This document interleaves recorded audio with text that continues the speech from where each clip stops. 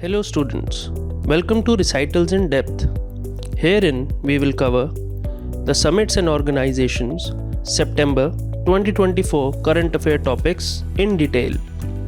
The broader themes which we are going to cover are as follows: summits related to international events, national conferences related to impact of technology, and institutions of global governance.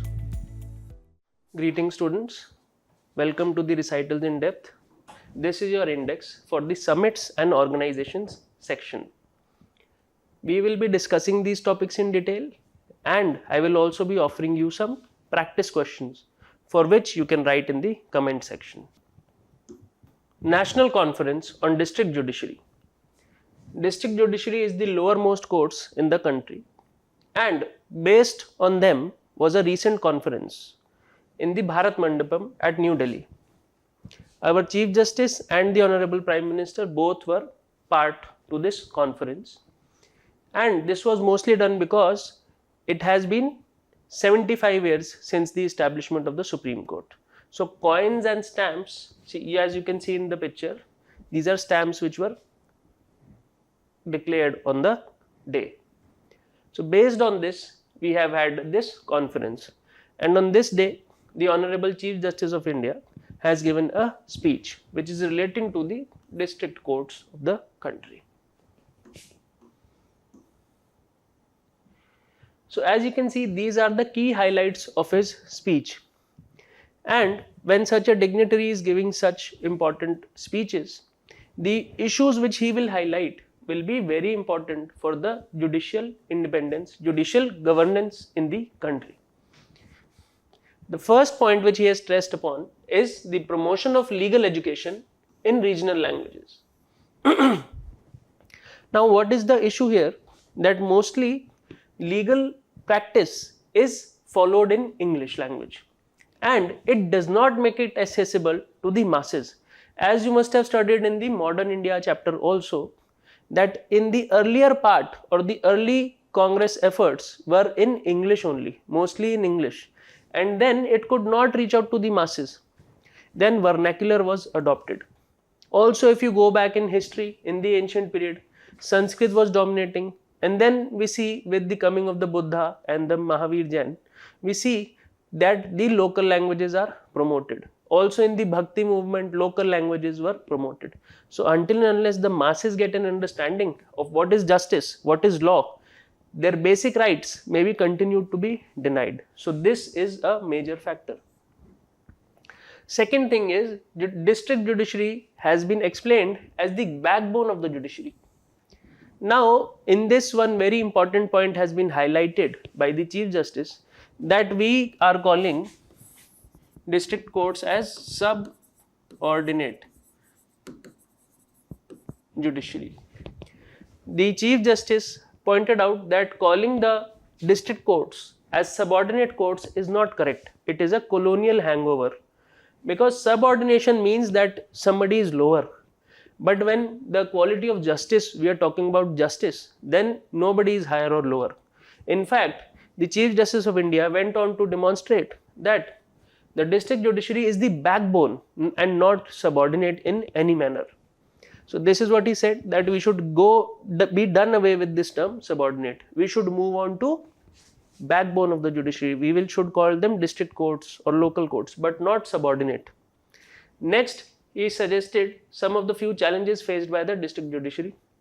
There are infrastructural challenges, there are challenges related to employment, appointments, delays, and all of these sorts were highlighted in brief. Next, he suggested that to overcome these challenges, we can also take technology, for example, e-courts, digital filings, etc. He wanted the interface to be completely digital so that the corruption can be reduced and better service can be provided. Then he also talked about participation of women in judiciary. He said that in states like Delhi, there is a very good participation, and this should be followed by other states as well. Lastly, he said that there is also a need to translate the Supreme Court judgments in local languages. This also highlights this point, that the justice dissemination should be done to the grassroots level as well, because the main purpose of judiciary and law is to empower the mass or empower the weakest person in the society. See, what is the power of law? If you are small and the other person is big in terms of power or money, but when you will be taking the help of law, you both are becoming equal. So all are equal in the eyes of law. This is the power of law for you. So if it is not going to be in the regional language or vernacular language, in your mother tongue, if you do not know what law is, the chances are that because of the structure, demographic structure of the country, the chances are that the person may be bereft of justice. So the main point was that technology should be adopted, local languages should be promoted, and also if you would see in many YouTube videos or shorts, you will find out that some lawyers have started arguing with the judges, honorable judges, that let me speak in my mother tongue, what is the issue, in the higher judiciary, not in the district courts. But this is what is a trend coming up. People are becoming more aware of their rights. People are rejecting more and more colonial legacies. This is also something which has been put across by the Chief Justice of India. Now this is a practice question for you. Despite being the backbone of the Indian judicial system, the subordinate judiciary continues to face challenges such as backlogs, resource constraints and procedural delays. What in your opinion are the most urgent reforms needed in the subordinate judiciary, and how can they be effectively implemented to ensure timely justice? So I have underlined all the keywords for you. Okay. So in the introduction, you can say something about the judiciary. You can also use a quote. For example, in the introduction,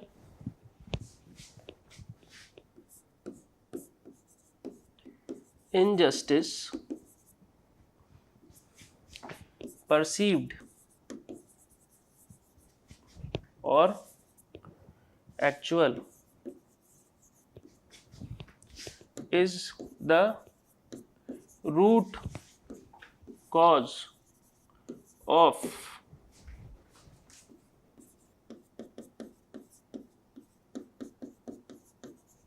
revolution.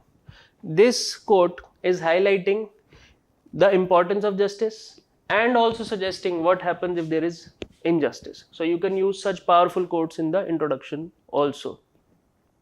Or you can also give this famous quote by Plato: states continue as long as people consider them just. So states continue as long as people consider them just. So this will highlight the whole importance of justice. If there is any question related to courts, judiciary, justice, you can use these two quotes and give a very good beginning to your answers. In the rest, you have to simply highlight these keywords which are there. You can also give data, for example, related to pendency, appointments, etc. And then the measures and the way forward. So this will be your answer. India-GCC foreign ministers meet. So in this topic, the background is that the foreign affairs minister or the external affairs minister of India, Dr. S. Jaishankar, has met the Gulf Cooperation Council foreign ministers. And as you can see on the map, this is the member countries and the location. So you will see that this is currently a majorly disturbed area, and a meeting there will have far-reaching consequences.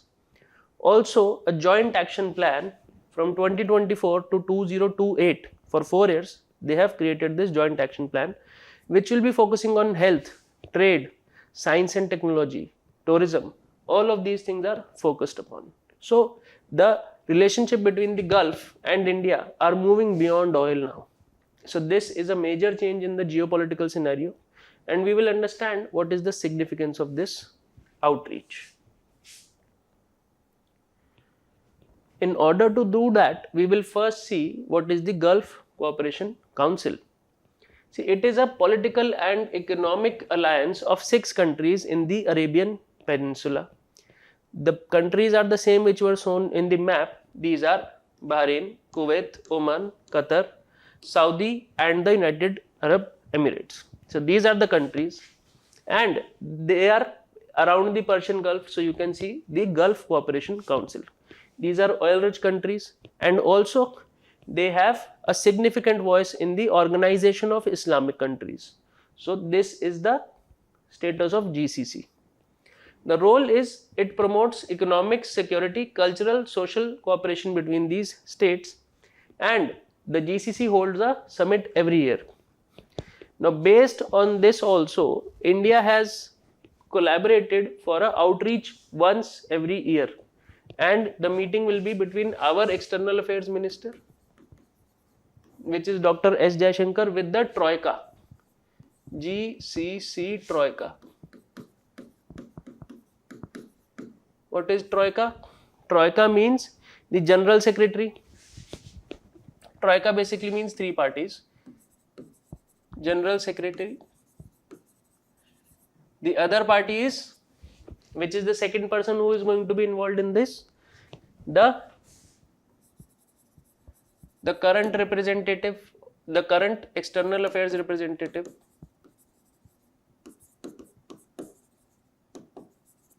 Of the GCC, and the third person is going to be the upcoming or the next representative. So this post, the current holder and the person who is going to come next. So these are the people. Now we will understand what is the significance of this for India. Why is it that India wants to do this outreach? See, the strategic point here is that it is located in the very important sea lane of communication, or it is coming in the trade routes, which are also responsible for bringing oil into our country. It is extremely sensitive, very important for our energy security and in terms of trade. Not only it is a trade route, but it is also our extended neighborhood.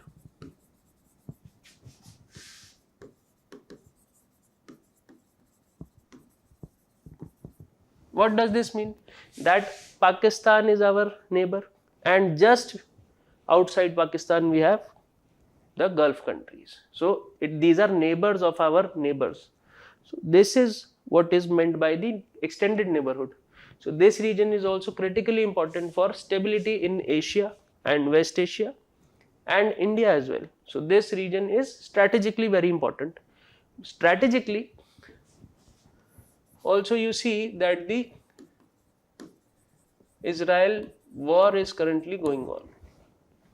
What position these countries take will be highly critical for the outcome of this war, and its repercussions will be faced even by India if these countries also go to war. What is the economic significance? In terms of the economic significance, the trade 161 billion, 161.5 billion dollars, but 161 is roughly approximate. Now, India exports only $56 billion. So only $56 billion is the export by India. Rest $105 billion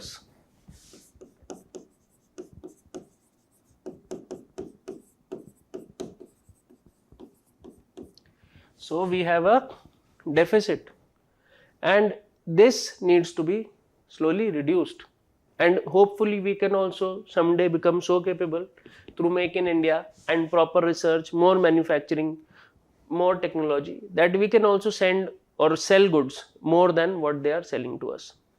In terms of the energy, this why I am moving to energy now is because this trade deficit is mostly because of our energy needs. Oil and gas.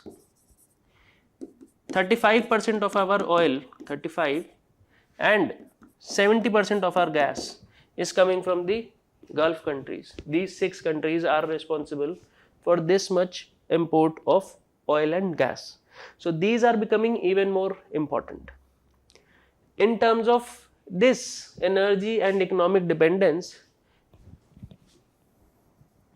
we need a free trade agreement with them, which can tackle more and more engagement, which can bring more engagement to us. And if more trade and more engagement is there, chances are that they will also accept our goods more, our fruits, agricultural products, finished products like cars, etc. If these trades are more and more because of a free trade agreement, then our engagement with them can increase, and this deficit which we are having can reduce. Also, we have an important area in this which is known as the diaspora. Means people who are actually Indian and have left, or they were earlier Indian, they went there and settled. 8.9 million people in the Gulf countries are people of Indian origin, or Indian diaspora is there. Some of them are Indians also. This is roughly 66% of the people who are other than the members of Gulf. So citizens of Gulf, non-citizens of Gulf roughly are Indian diaspora.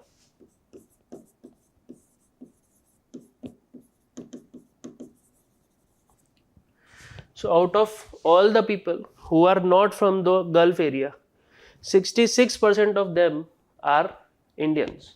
So this is the role India has in that area. They are dependent for India in terms of cheap labor and skilled labor also. Not only cheap, highly educated doctors, engineers, financial bankers are going there. So this is the significance of your India and GCC. Now based on this, we will be trying to solve a question which you will answer in the comment section.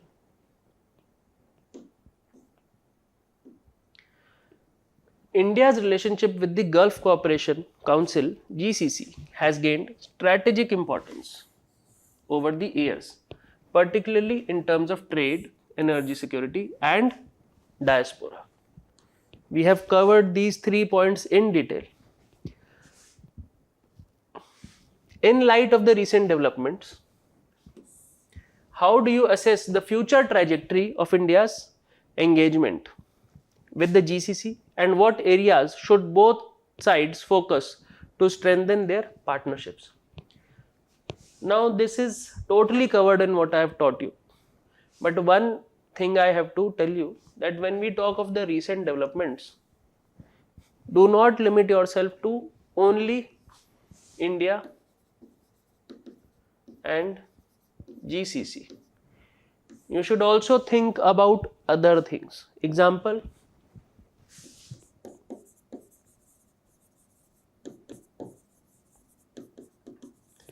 Israel-Palestine, China, USA. Also,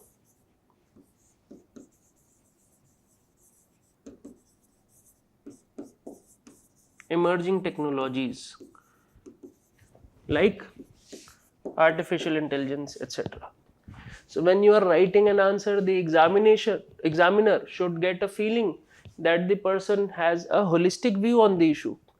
Though even I have asked him or her about the GCC India cooperation, but he is also able to guess the overall future trajectory. As the question is saying, assess the future trajectory. This is actually explicitly asked in this question, but your general approach should be this only. Otherwise, your answer will be very limited in approach. India joins US-led Mineral Security Finance Network.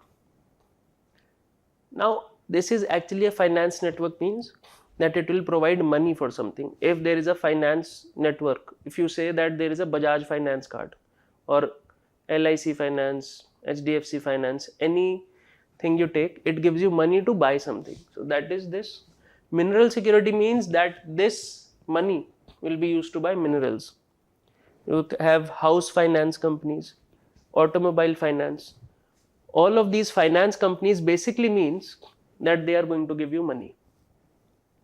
Now this is a USA-led framework or a body which will lend you money to get the mineral security. Now why we are talking or stressing upon minerals? What happens in such a situation? That when more and more technological upgradation is coming up, you require more and more resources. The population of the whole world is increasing. Now those countries, if they control the minerals, they will also control the technology. This is a major issue which has come up in the current geopolitical scenario. The world is not fighting for only missiles now, not fighting only with guns now, but it is also fighting for resources. You can also fight by taking away someone's resources. For example, Russia and Ukraine are fighting, but if you take away their oil reserves, will they be able to continue the fight? So this is just a simple example through which I am trying to explain. Now when we talk of semiconductors or electric vehicles, they will require lithium, cobalt, rare earth metals. Now all those technologies which make your electric components smaller. For example, the speaker in your phone. The speaker in your phone is very small. It is not as big as those speakers which you see in family functions, on the DJ floor, or in clubs, or even in jagratas. If you go for any religious procession, they are very big speakers. But the phone speaker is so small, but it is giving a very loud volume. How is that possible? It is with the help of rare earth minerals. So these are the minerals which are required by the whole earth, and one country, namely China, is having 70% of the production. To make sure that this supply chain is not broken, because the world will be very regressive if these things are not supplied. So USA has made up a alliance and also a finance network. Finance network is the outcome of a body which we are going to talk about now. The body is Minerals Security Partnership. This has launched the finance network. Now, what is the aim? Critical minerals that are essential for clean energy. Clean energy is an upcoming field. Though they are saying clean energy, actually lithium, cobalt, nickel, manganese are used in all upcoming technologies. In supercomputers, semiconductors, these things have varied range of uses and can be used only if you have a certain level of technology. So if you want to buy this, it means you are making something technologically advanced. So any advancement is now not possible without these. So this is the issue, and this is a very recent development. In 2022 this has come up, and within 1 year they have come up with a finance network. So you see the urgency with which this body is coming up. This work is being done so quickly. Otherwise you can talk of the United Nations security reform. We are talking for 30 years, 40 years, nothing is happening. So why is this happening so quickly? Understand the geopolitical reasons for things when they happen. Australia, Canada, Estonia, Finland, Greece, basically the European Commission is overall there, and these countries will be there. What is the goal? Sustainable supply chains, economic development, environment, social and governance norms, and the shared prosperity. These are the goals. And China is not there, as you can see. You cannot see China in this. Why? Because China is the one against whom this has been formed. You don't have to simply read what is there in the news. You have to read it in depth. The analysis should be in depth, and you should learn to read between the lines. You must understand that this is actually a geopolitical rivalry between China and USA. Earlier what used to happen? That USA was always having an upper hand in terms of technology. If this is the world, USA is here and the world was always below. Now a peculiar situation has come up that this is still the same, but China is trying to come up. Now China is trying to show its size to USA. USA is now forming alliances against China. And the major reason why China is able to do it, because it has started controlling the emerging technologies, upcoming technologies. So this is very dangerous for USA's domination. This is the situation. Now in this discussion, we will restrict ourselves to the simpler part. We will not go into the geopolitical or the political science international relations analysis part. I have explained that to you in a bit, but what is the need for this? The need will be simply this part. The goals will simply become your need. What is the need for this finance? That there will be sustainable supply chains, economic development, ESG standards and shared prosperity. So in the need we will simply write this.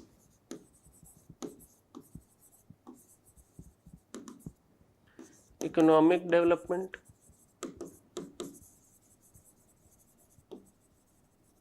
ESG, economic social governance norms. This basically means what will be the impact on the society. These things will also be considered. How many people will be employed in the factory? What will be the work conditions given to them? So all of these countries will come together. This will look to you as a very far reaching thing, but actually they want to make sure that the cost of production increases for China by putting up stricter standards, putting in stronger environmental standards. So this thing will be there. So they will pressurize actually China.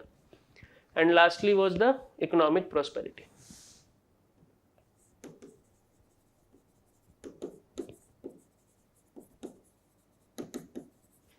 So this is why you need it.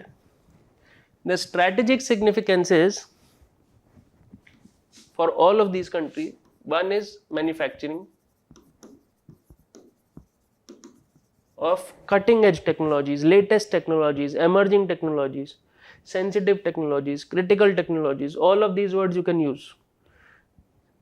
Third, or the most important significance here is actually avoiding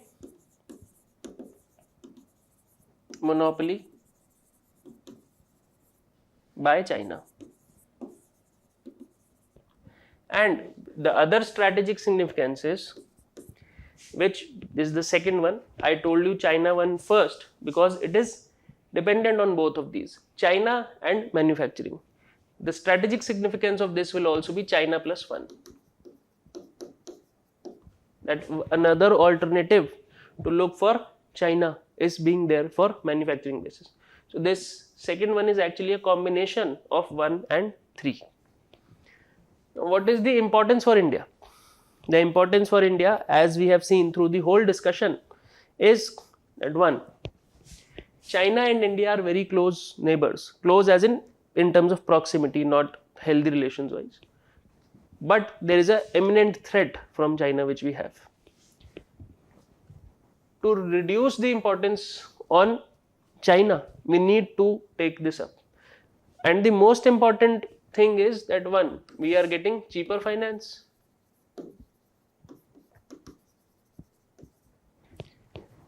Alternate sources. For example, Kazakhstan also has these minerals, but we will have to set up industries there. Third point, we can also ensure better utilization of our resources. We are also having some resources, though not as much as China is having, but it does not mean that we have nothing. Fourth thing, that lithium is there in India. So we can become a part of the lithium supply chain. So this is your overall analysis for the topic. Now we will see a question related to this.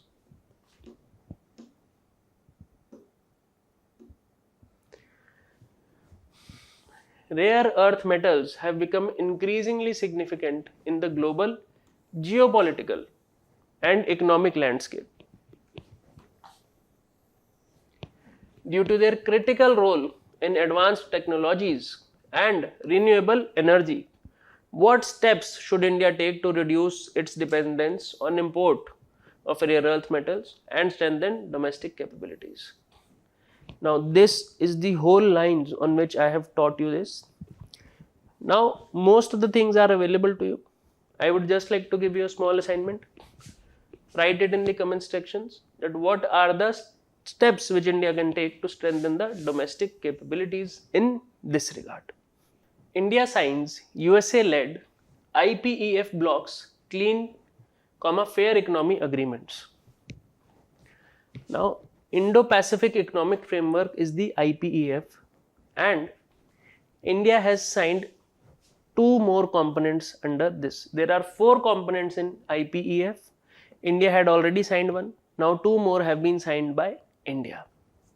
We will see what is this upcoming bloc and what is its impact on the geopolitical framework in the current global turmoil.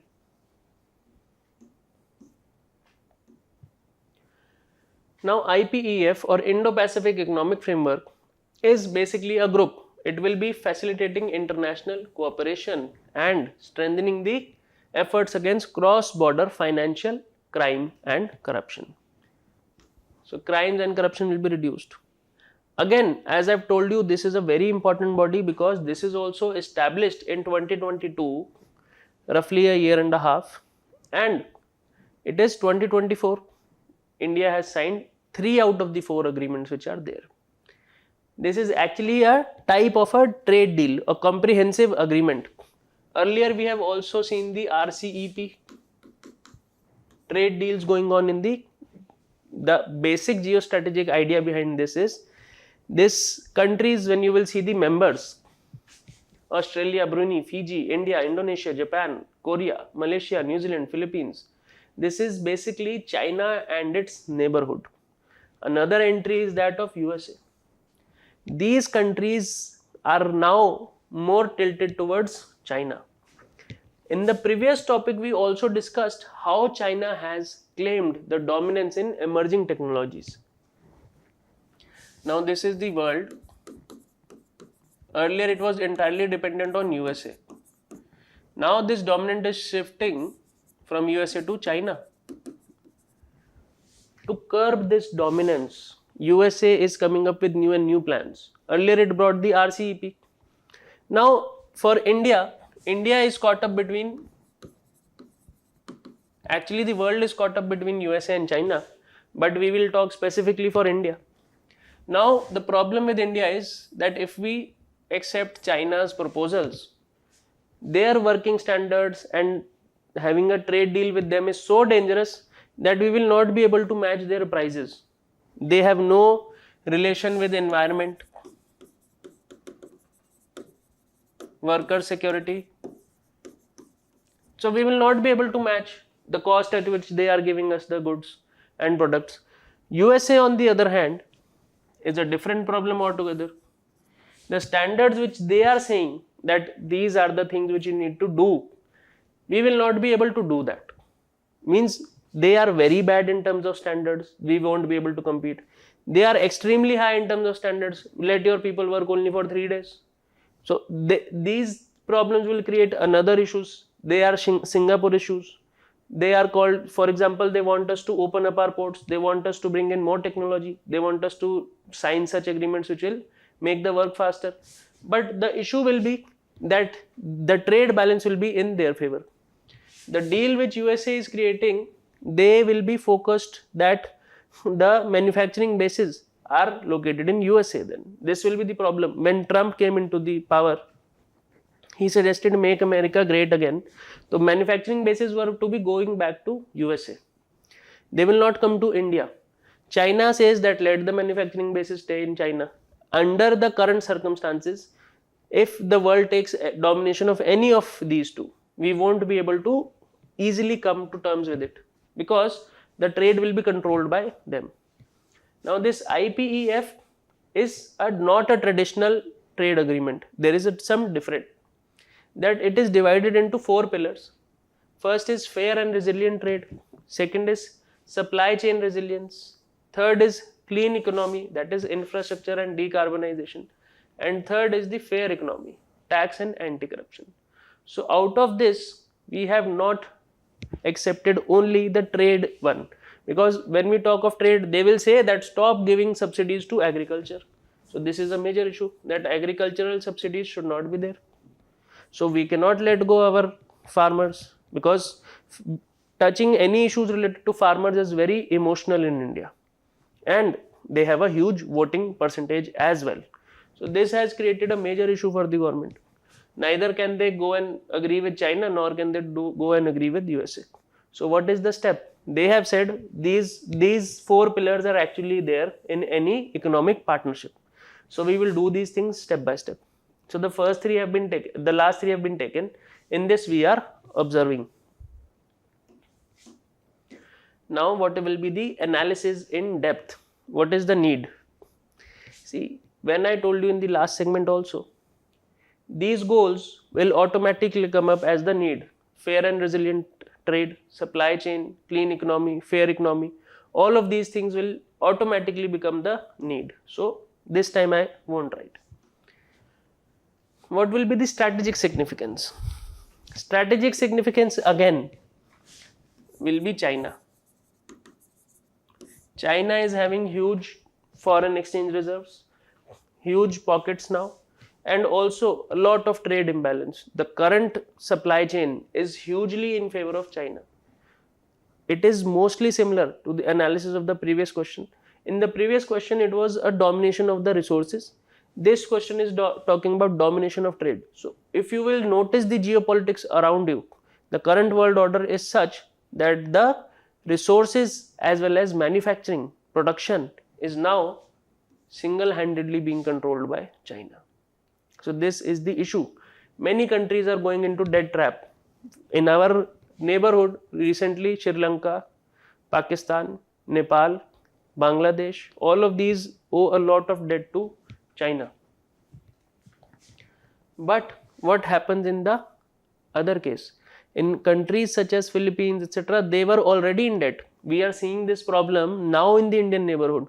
In the Chinese neighborhood, this problem was always there. To overcome their dependence, USA has come up with this idea. So USA is now going to rebalance China with the help of all the countries in the Indo-Pacific region. So this is the strategic significance. Another is that for us, what is the importance? That India can have a manufacturing base.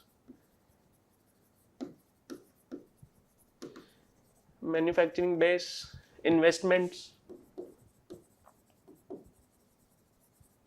trade opportunities will be there, technology, and also apart from this, if China's footprint will reduce, that will also be beneficial for us. So it also has a security angle to it. Okay. Based on this, we will try to solve this question. The Indo-Pacific Economic Framework for Prosperity has been touted as a strategic initiative to enhance economic cooperation in Indo-Pacific region. How can India leverage its participation in the IPEF to promote its economic and geopolitical interests? Economic and geopolitical. So definitely it is asking about the China angle as well. What challenges might it face in doing so? So challenge, one is external challenge, one is internal. The rest all the things have been dealt. In terms of challenges,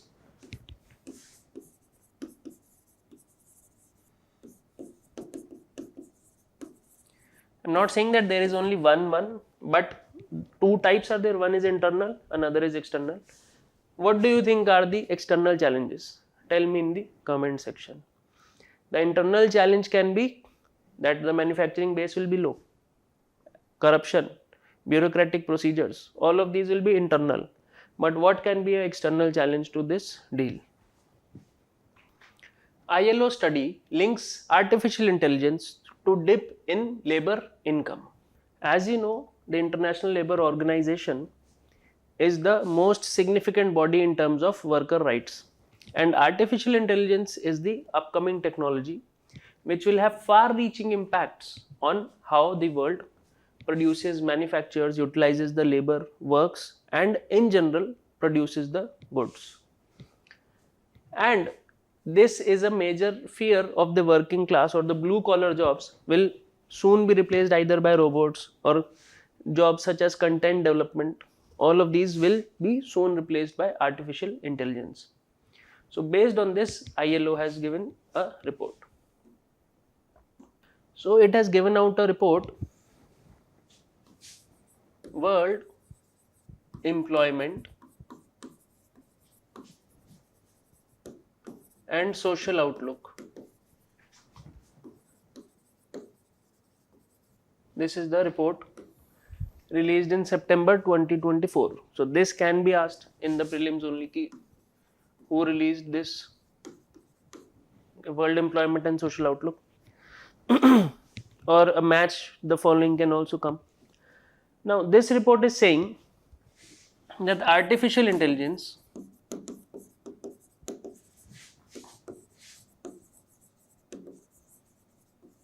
has increased the productivity. There is no doubt that the productivity has increased.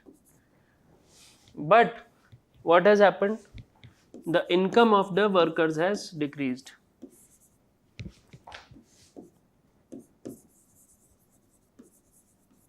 Why is it saying so? Because earlier, if 10 units of work was done and 10 rupees were given, now what is happening is, because technology has come in, doing this work has become cheaper. So the work is increasing, the output has increased, but the actual income going to the worker has reduced. So what is it saying now? That because of the technology or artificial intelligence, collective bargaining has reduced.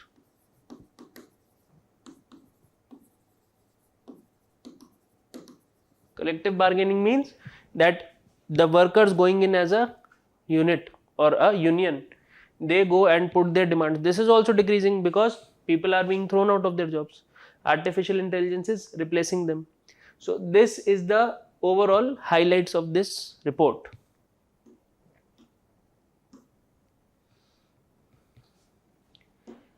Now a question which can be asked, now this will be a smaller answer for 10 marks only. How can policies such as skilling and reskilling help mitigate the negative impact of artificial intelligence on employment? Now, simply do not restrict your answer to skilling. Also focus on reskilling. Why is this word reskilling put here? Okay, so you have to consider this skilling and why reskilling is there. So you have to focus on both the things and then write the answer. Third edition of World Food India 2024. Now in this, the Prime Minister of India hosted this and gave a speech. He suggested that in the last 10 years, a lot of work has been done for the food processing industry in India. Now this is the third edition. What is the aim? There are two goals. One is to introduce Indian food to the world.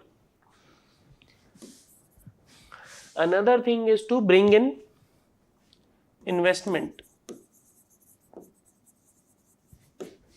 for food processing industries in India.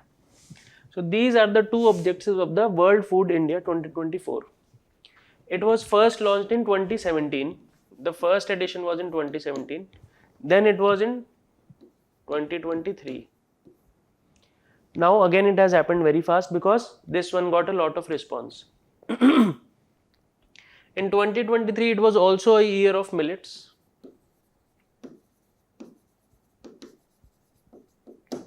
So along with this year of millets, to promote our food processing industry, the second edition was also launched. Now this third one is launched and we are promoting it as well, so that the income of the agriculture can be increased. India elected to Globe Steering Committee. This topic is related to a body which is called GLOBE. The full form is Global Operation Network of Anti-Corruption Law and Enforcement Authorities. This is called as the GLOBE network. Now what will this body do, or what does it do? See, when G20 was hosted in India, India was very confident that it is curbing corruption in India And also we want a global governance where corruption is curbed. India showcased this message in line of being a Vishwaguru for the world. What happened there was, India knew that such a body is existing. So the Honorable Prime Minister suggested that we use these networks to curb corruption inside the country, because this network helps you to coordinate your information. For example, we have Nirav Modi and Vijay Mallya case, they went abroad. So they have taken their assets also abroad. If there can be cooperation and coordination, we can recover those things or we can put them to trial. So these things are the essence behind why this has happened. And it is elected to the steering committee. Steering committee is a leadership providing body to the network. It will have one president, one vice president, chair means president, and 13 other members every year. Overall, the globe has 121 member countries and 219 authorities. It means 121 countries are there and their authorities. For example, India is represented by Ministry of Home Affairs. So the Home Minister will go there.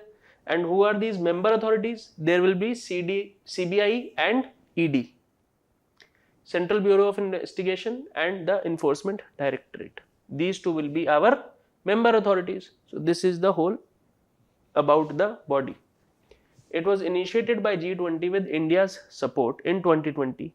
When India got its presidency, it pushed this body a lot. So this is the whole idea behind this body. L69, G4 countries seek urgent reform of United Nations Security Council. Whenever the word United Nations comes to your mind, it reminds you of peace, security, calmness, helping others. But now what has happened? The United Nations Security Council, which is the most important body, this is the image of the General Assembly where the meetings take place. All the head of the states sit here and take a decision collectively.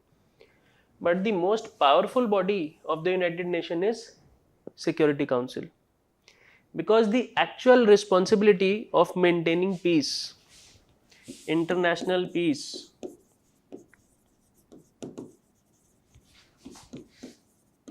is that of the Security Council. Also, the only body in the United Nations that can give you binding resolutions or binding sanctions, or you simply write binding action, can be taken by United Nations Security Council, only body. Only body of UN which can take this binding action. So you would suggest, so what is the problem? Now if you look at the type of wars which are going on, the terror threats which we see, all of these things are there. So this has failed in international peace. And binding action, what was the action did you take? No action has been taken. So then why do we have this body? If there are two major functions and you are not performing either one of them, then what is your role? So the whole situation is that the credibility of the United Nations has declined. So we will now understand what are these bodies and what is the whole issue. Now these are some of the groups which are advocating reform in the United Nations Security Council. First is the L69. So L69, because actually they are 42 countries, not 69. L69 is the name of the resolution which was submitted to the General Assembly. Here there is a wide-ranging participation from Africa, Asia, Latin America, Caribbean and Pacific. So throughout the world, countries are coming up in this group. 42 major powers are there. So they are saying that there should be a reform. The group is L69 but the members are 42. Do not mark it as correct that there are 69 members. Okay. G4 is another group which are Brazil, Germany, India and Japan. They support each other's candidate. Okay, we should all become permanent members in the Security Council. Now in the comment section, tell me one country's name which is opposing Brazil, one country Germany, one country India and another country which is opposing Japan. They together have also a group. What is the name of that group? Okay, what is the name of that group which is opposing the G4 and the countries in it? Next is we have Committee of 10. Now this is very interesting because you will see who is the founding member during the meeting of ministers and central bank governors. Is it possible that the RBI governor can say that we want reform in United Nations Security Council? Why is this happening? Central bank of African countries. If you look at the members, you will understand that they are African countries. Why are they saying? Because Africa feels that either we are being dominated by the USA and its allies or by China in the current times. As I told you, the debt trap diplomacy. Africa is saying, if we want to develop, you simply give us the money, we will decide how we want to grow, we will return the loan to you. But why are you putting conditionalities? Why are you taking away our resources? So we want a serious reform, and that is why this has come up with the help of central bank governors. Now this can become a very peculiar option for you. Which of the following statements are correct regarding the Committee of 10? In the prelims, if this comes, these are created by central bank governor. Another statement will be it wants reform in UNSC. So you definitely will mark one of them as wrong if you have not studied. Because it will not come to your mind ki how can such a body create something for UNSC? If they are central bank governors, why will they talk of UNSC? So this is the reason. Okay. Now we will do the analysis in depth. What are the need for UNSC reforms? So the first major need is that we require international peace. It has failed to achieve the objectives.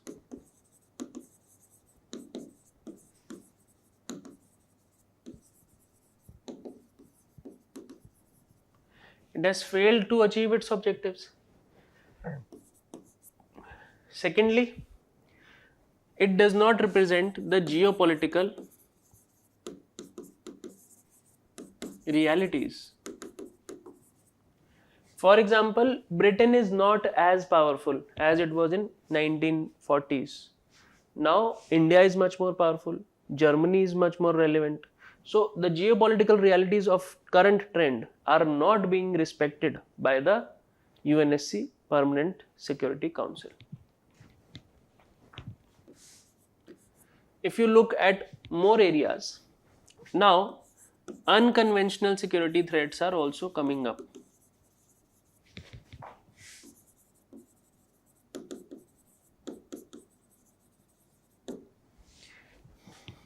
Fourth, that some areas, Latin America, Africa,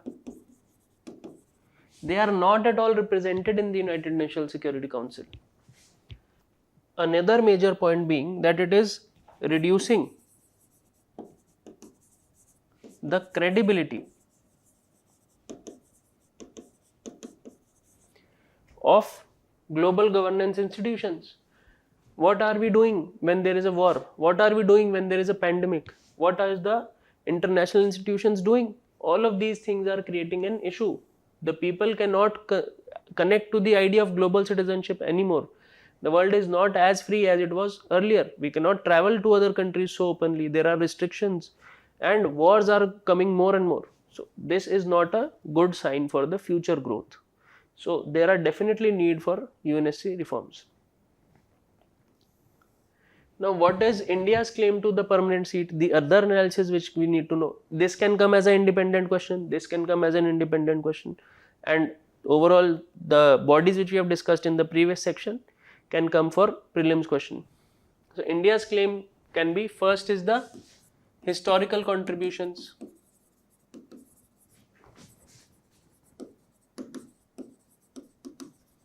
Mostly you can talk about the peacekeeping, and whenever there have been wars, we have not violated any international rules. So this is our historical background and our contributions to the world and the United Nations in general. Second, India's geopolitical stature has increased.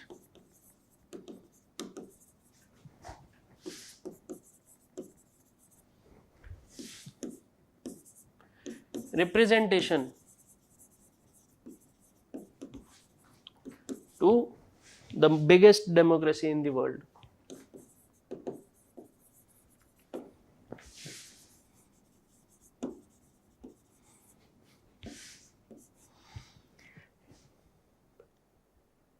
India is also seen as a leader of the global south.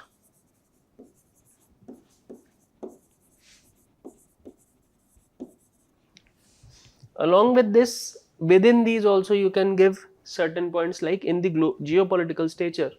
You can talk that India is a member of the NSG, Wassenaar Group, MTCR. Technologically, India is doing much more advancements.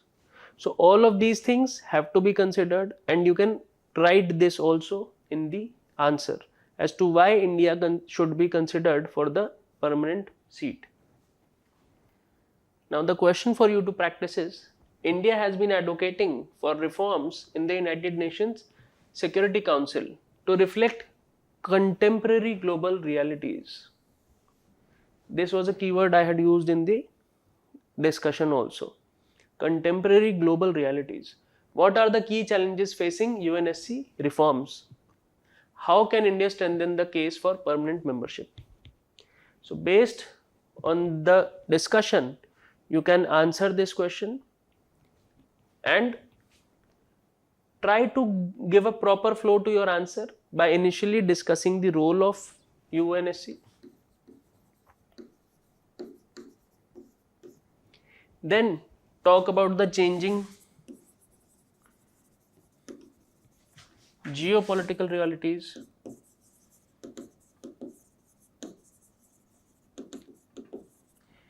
Then we will talk about the performance of UNSC in these changing realities. Then talk about the challenges. Finally, India's claim. And in the last, you can conclude your answer. So with this, we have concluded today's discussion. Thank you so much.